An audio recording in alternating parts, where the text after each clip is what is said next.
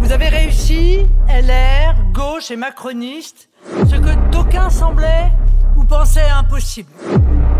Saborder le modèle énergétique français issu des 30 Glorieuses et du plan Messmer. Bienvenue dans le zapping de l'Assemblée. Ce soir, nous plongeons au cœur des débats sur la stratégie énergétique de la France. Entre les partisans du nucléaire et les défenseurs des énergies renouvelables, les échanges ont été vifs et passionnés. Alors que le gouvernement temporise, François Bayrou a reporté la feuille de route énergétique à la fin de l'été 2025. Mais le Sénat a pris les devants avec une proposition de loi ambitieuse, 14 nouveaux réacteurs nucléaires et un développement accru des énergies renouvelables. Préparez-vous à découvrir les moments forts de ces débats qui dessinent l'avenir énergétique de notre pays. C'est parti!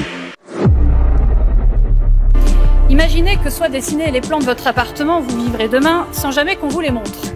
Je doute que vous voudriez vous y installer. Eh bien, c'est ce qui est en train de se passer avec les choix énergétiques de notre pays sur le siècle à venir. Le gouvernement nous propose un simple débat parlementaire sur l'avenir énergétique du pays sans vote, nous renvoie à une hypothétique discussion ultérieure d'une proposition de loi du Sénat et surtout à un décret.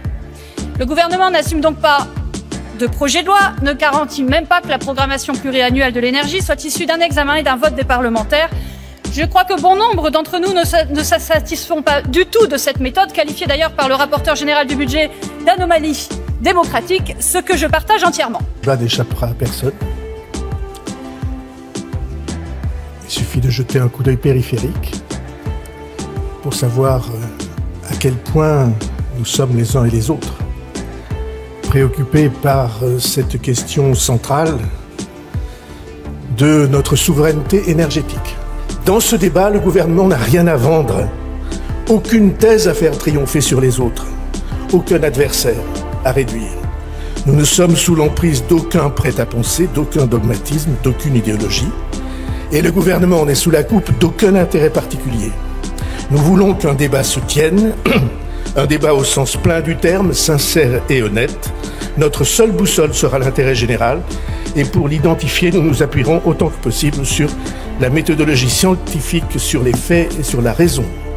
D'insister sur l'ironie du débat que nous avons aujourd'hui alors que l'Espagne et le Portugal connaissent un épisode de blackout, comme par hasard, pile au moment où elle enregistrait un record de production d'énergie solaire, de l'énergie fatale, dont RTE indique depuis des semaines qu'ils étaient incapables de les absorber et qu'un beau jour, peut-être que ce n'est pas la cause aujourd'hui, mais qu'un beau jour, nous aurions un blackout par incapacité d'adapter et de consommer cette surproduction. Et donc, après l'effondrement du modèle amant que vous avez tant adoré et tant copié, après la stratégie de la doudoune de Madame Borne pour pallier au manque de production français, votre modèle est entièrement effondré.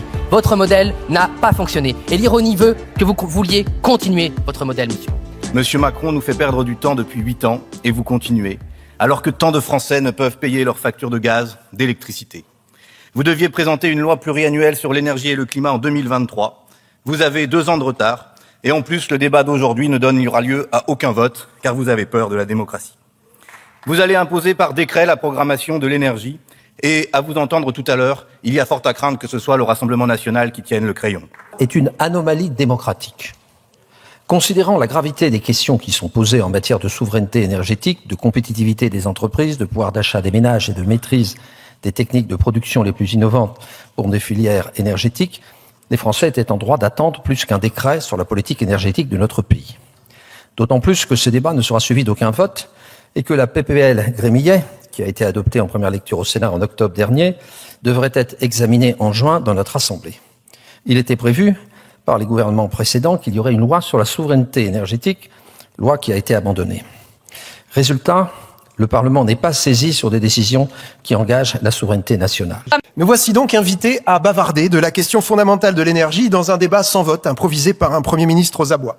Une question de toute façon confisquée par le président Macron qui prend seul toutes les décisions dans le secret du Conseil de politique nucléaire. Comme vos prédécesseurs depuis 2017, vous nous promettez souveraineté, compétitivité, décarbonation, réindustrialisation, le sempiternel bingo du pipeau. En vérité, nous n'aurons rien de tout cela si vous restez aux commandes, mais plutôt un véritable retour à la bougie, puisque vous organisez à la fois la pénurie d'électricité dans 15 ans et l'explosion des factures dès maintenant.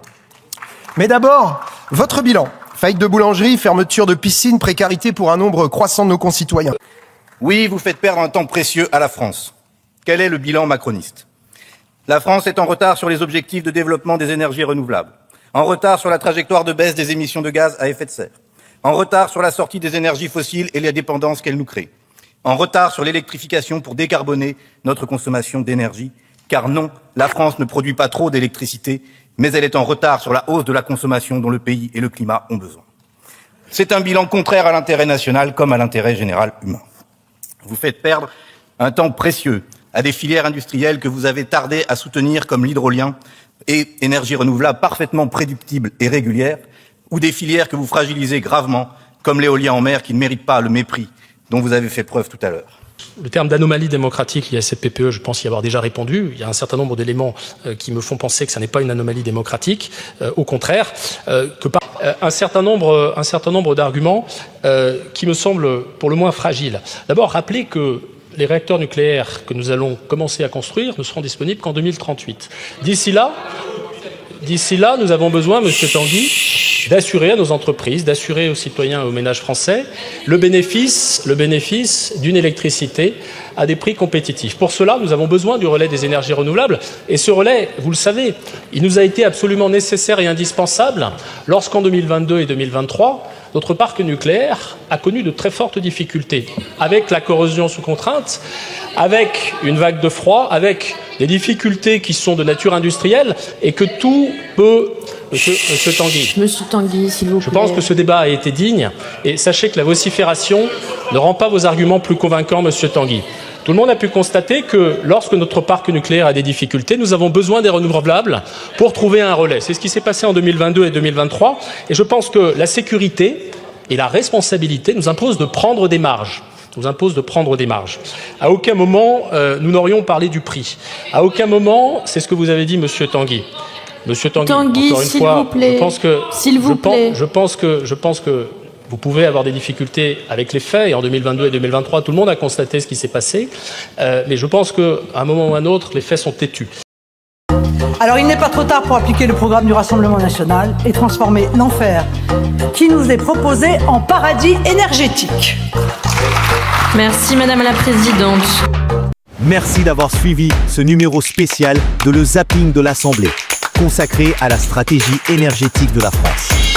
Entre tension et espoir, les débats ont montré à quel point l'avenir énergétique de notre pays est un enjeu crucial. Alors que le gouvernement temporise, le Sénat a pris l'initiative avec une proposition de loi audacieuse.